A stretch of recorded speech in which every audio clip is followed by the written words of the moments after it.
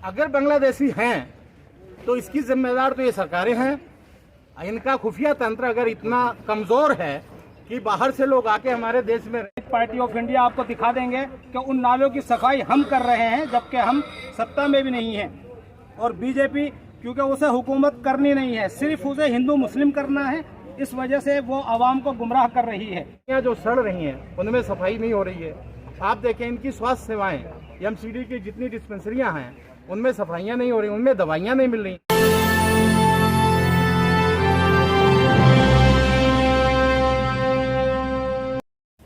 तो आपको लग रहा है कि बुलडोजर जो है वो अब जरूरत से ज्यादा आगे हो गया, अदालतें, जज, कोर्ट, कचहरी बंद हो गए, ऐसा लगता है कि सिर्फ बुलडोजर ही बुलडोजर है? ऐसा लग नहीं रहा। ये वास्तविकता है कि भारतीय न्यायालय में जो चीज तय होना चाहिए वो आज हमारी सरकारें तय कर रही हैं।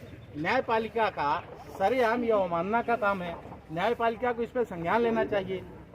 हम इस पर न्यायपालिका से भी आपके माध्यमों का स्वयं संज्ञान लेकर इन चीजों को रोकें, वरना भारत में न्यायपालिका का महत्व समाप्त कर दिया जाएगा इन सरकारों के जरिए। क्या आपको लग रहा है कि बुलडोजर जो है एक समुदाय को टारगेट कर रहा है, एमसीडी जो है एक समुदाय के लोगों को टारगेट कर रहा है, समुदाय विशेष के लिए, और खास तौर से कहूँ तो मुसलमानों के लिए आपको लग रहा है बुलडोजर तैयार हुआ है? बुलडोजर की जो शुरुआत हुई वो तो ऐसे ही थी, एक समुदाय के लिए थी विशेषकर, लेकिन चारों तरफ से आवाज उठ रही है तो आज एमसीडी के लोग तमाम अतिक्रमण की बात कर रहे हैं, जबकि सच्चाई ये है अतिक्रमण से ज्यादा नालियां जो सड़ रही हैं उनमें सफाई नहीं हो रही है।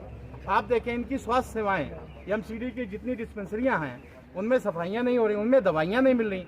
इसकी तरफ किसी का ध्यान नहीं जा रहा है। तो मेरा मानना है कि बुलडोजर की जो पॉलिटिक्स है ये लोगों को डराने के लिए। जिस तरीके से आए दिन शाहीन बाग और को लेकर खबरें आ रही हैं कि शाहीन बाग में जिस तरीके से एक वीडियो भी वायरल हो रहा था कि बांग्लादेशी लोग हैं, अतिक्रमण बहुत ज़्यादा बढ़ गया है, तो क्या शाहीन बाग को बदनाम किया जा रहा है? क्या लग रहा है?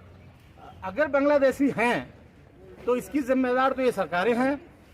इनका खुफिया तंत्र अगर इतना कमजोर है कि बाहर से लोग आके हमारे देश में रहते हैं और बाद में इनको पता चलता है, ये इनको शर्म आनी चाहिए। इतने बेशर्म लोग सरकार में बैठे हैं जिनको विदेश से आने वाले लोगों का पता भी नहीं चल पाता और वो बाद में कह दें विदेशी आके हमारे देश में रह रहे हैं। बिल्कुल, सवाल यही है कि किस तरह इन्फिल्ट्रेट हुए, भारत में कैसे आ गए, बांग्लादेशी बॉर्डर पार करके कैसे आ गए? सवाल यही सवाल मेरा भी है। अगर बांग्लादेश से, पाकिस्तान से, चीन से, नेपाल से, जहां से भी जो बर्मा से, जहां से भी जो लोग आ रहे हैं, इसमें हमारी सरकार का खुफिया तंत्र सो रहा था क्या? वो लोग कैसे आए? और अगर आए हैं तो जहां तक मेरी जानकारी है, क्योंकि कुछ लोगों से मेरी भी मुलाकात हुई है, उनको इन्होंने बाकायदा शरणार्थी का कार्ड दिया हुआ है। तो अगर शरणार्थी का कार्ड दिया है तो उन्हें ये विदेशी कहकर इस तरह से उनके बारे में प्रोपोगंडा कर रहे हैं, ये भी आम जनता को भी पूछना जरूर चाहेंगे इस मौके पर। बिल्डिंगें फिर बंद कैसी रही हैं अगर जमींदोज हो रही हैं, या फिर एनक्रोचमेंट हुआ कैसे जो अब ख्याल अचानक से आ गया? असल में जो बिल्डिंग बनाता है सबसे पहले वो इजाज़त लेता है, नक्शा लेता है और वो देती है एमसीडी। एमसीडी अभी अपने काम से पीछे हट रही है। एमसीडी का काम होता है सफाई करना। आप मुझे पूरी दिल्ली में चारों तरफ जो नाले हैं उनकी सफाइयों के बारे में बताइए, हुई क्या नहीं हुई। हम social democratic party of India आपको दिखा देंगे कि उन नालों की सफाई हम कर रहे हैं जबकि हम सत्ता में भी नहीं हैं। और बीजेपी क्योंकि उसे हुकूमत करनी नहीं है, सिर्फ उसे हिंदू मुस्लिम करना है, इस वजह से वो आवाम को गुमराह कर रही है। रहा मसला बांग्लादेशियों का, रोहिंग्या का, उनसे हमें क्या मतलब है? हम भारतीय हैं और हम भारत के संविधान पर अमल करते हैं। और भारत फॉरेन पॉलिसी है उसमें इन्होंने अक़वाम मुत्तहिदा से अच्छी खासी रकम साल लेते हैं और फिर इन्होंने शरारतियों को यहाँ पर रखा है। उससे हमें कोई मतलब नहीं। हम क्यों चाहेंगे कि हम बाहर मुल्क जाएं, जब बाहर ममालिक के लोग हमारे यहाँ पर आकर काबिज हो जाएं? ये हमने कभी नहीं चाहा। और ना हम की जो बैरून पॉलिसियाँ हैं वो आवाम से छुपा कर हैं, आवाम को गुमराह किया जा रहा है। बेशुमार पॉलिसी ऐसी हैं जो आवाम को नहीं बताई जा रही, चाहे वो किसान हो, चाहे वो दुकानदार हो, चाहे वो पटड़ी वाला हो, ये सारे के दुश्मन हैं। और इन्होंने अब तक जो भी हुकूमत की है वो सिर्फ राजनीति हिंदू मुस्लिम की है और social democratic party of India इसकी भरपूर मजम्मत करती है और मुखालफत करती है और ऐलान करती है। अगर इसी तरीके से हिंदू मुस्लिम मुल्क में होता रहा तो हम मुल्क गिर एहतिजाज करेंगे। और इस हुकूमत के खिलाफ हम पहले भी थे और अब भी इसकी पॉलिसियों के खिलाफ हैं। हुकूमत को होश के नाखून लेना चाहिए। एमसीडी के जो काम हैं, हॉस्पिटल में दवाइयाँ नहीं है, बिस्तर नहीं है और आज ये हुकूमत मकानों को तोड़ने बिल्कुल बिना नोटिस के घर गिराए जा रहे हैं। और ऐसा नहीं है कि सिर्फ मुसलमान जो हैं वो हिंदू भी हैं, मजलूम जो है वो सिख और ईसाई भी हैं, ऐसी बात नहीं है। सबसे पहले रमज़ान में, जबकि पूरी दुनिया जानती है कि रमज़ान एक सुकून और आराम और बिल्कुल शांति का पैगाम लेकर आता है। 11 महीनों में एक महीना रमज़ान, इन्होंने उस महीने की बेहुरमती करते हुए जहांगीरपुरी में अपने कटपुंजियों से, जो विश्व हिंदू परिषद के नाम से हो या हिंदू सेना के नाम से हो, अलल ऐलान तलवारें लहराई। आप भी जानते हैं, मैं भी जानता हूँ, मीडिया से ये बात छुपी हुई नहीं है। उसके बाद में इन्होंने वहाँ पर जो कबाड़े का काम करते हैं, जिसमें प्रशासन भी शामिल हो सकता है कि वो ऐसे रोड के किनारे क्यों आए, फिर उसके बाद में इन्होंने वहाँ से शुरू किया बिल्डोजर, और फिर शाहीन बाग और फिर और बेशुमार इलाकों में। अतिक्रमण एक बहाना है हिंदू मुस्लिम करवाना है। जाहिर सी बात है, ऐसे एक बुलडोजर जो अतिक्रमण को हटाता है वो हिंदू मुस्लिम कराने का बहाना एनक्रोचमेंट की सफाई जो है वो हिंदू मुस्लिम की कैसे आई? आप देखें शाहीन बाग में जो मुसलमानों की दुकानें हैं, वहाँ पे कोई भी कब्जा नहीं था, सिर्फ एक बाड़ बंधी हुई थी जो मरम्मत के लिए पुलिस की इजाजत के साथ बांधी गई थी। इन्होंने बिल्डोजर लाकर वहाँ पे खौफ का माहौल पैदा कर दिया। मीडिया जानती है और मीडिया ये जाहिर भी करेगी। आपको हिंदू मुस्लिम कैसे हुआ? मैं आपसे एक सवाल करना चाहता हूँ जी। जब आप मुझे बताएं पत्रकार बंधु, हमारे देश की न्यायपालिका तो किसी फैसले को करने में सालों साल लगा देती है, लेकिन जहांगीरपुरी में जब दंगा होता है, कसूरवार जो भी हो, उसके खिलाफ बुलडोजर लेकर अगर मकानों को गिराया गया, तो मैं आपसे जानना चाहता हूं ये फैसला क्या संवैधानिक है या असंवैधानिक है? जहांगीरपुरी में जब देखा गया तो केवल पेंट करने वाला जो स्टैंड था उसको गिरा के बुलडोजर वहां से चला गया।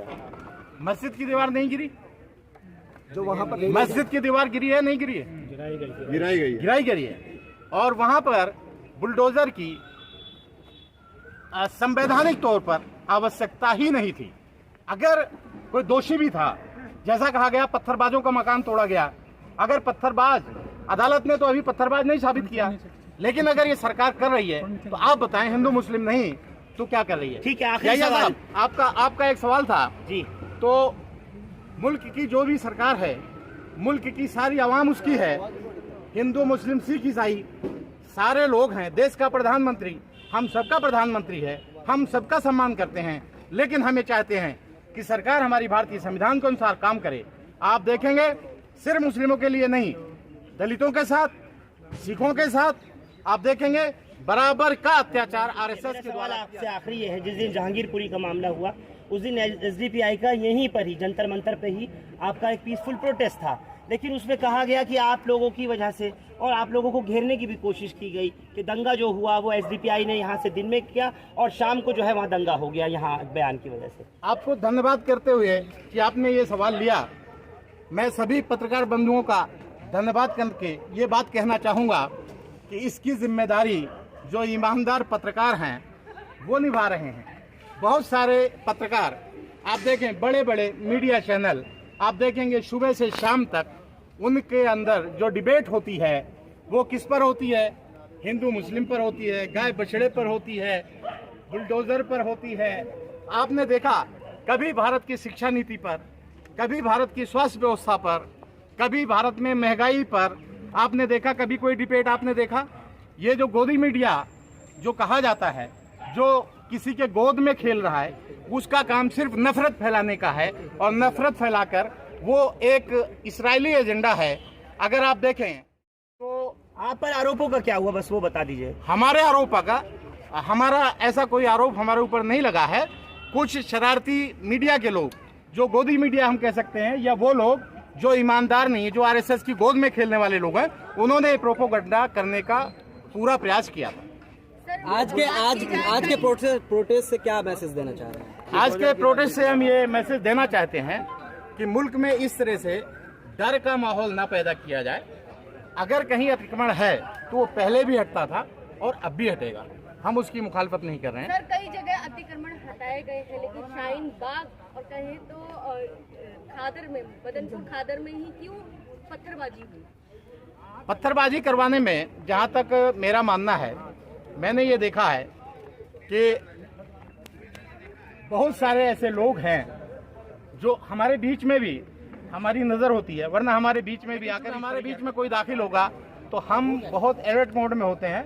यहाँ तो नहीं, जहाँ इतना बड़ा मजमा होता है वहाँ किसी एक पत्थरबाज भेज के ये पत्थर चलवा दिया जाता है और उसका टारगेट ये वहाँ चलवाया जाता है जहाँ मुस्लिम आबादियाँ ज्यादा, वहाँ मुस्लिम पॉपुलेशन ज्यादा थी, इसलिए वो पत्थरबाजी। जिंदाबाद जिंदाबाद जिंदाबाद जिंदाबाद जिंदाबाद। इससे आगे की तरफ बढ़ रहे हैं।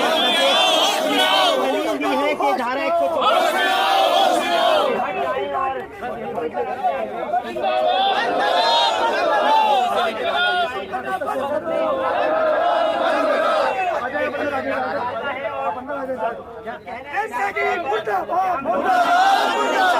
ऐसी ही बड़ी खबरों को देखने के लिए जुड़े रहिए हमारे साथ।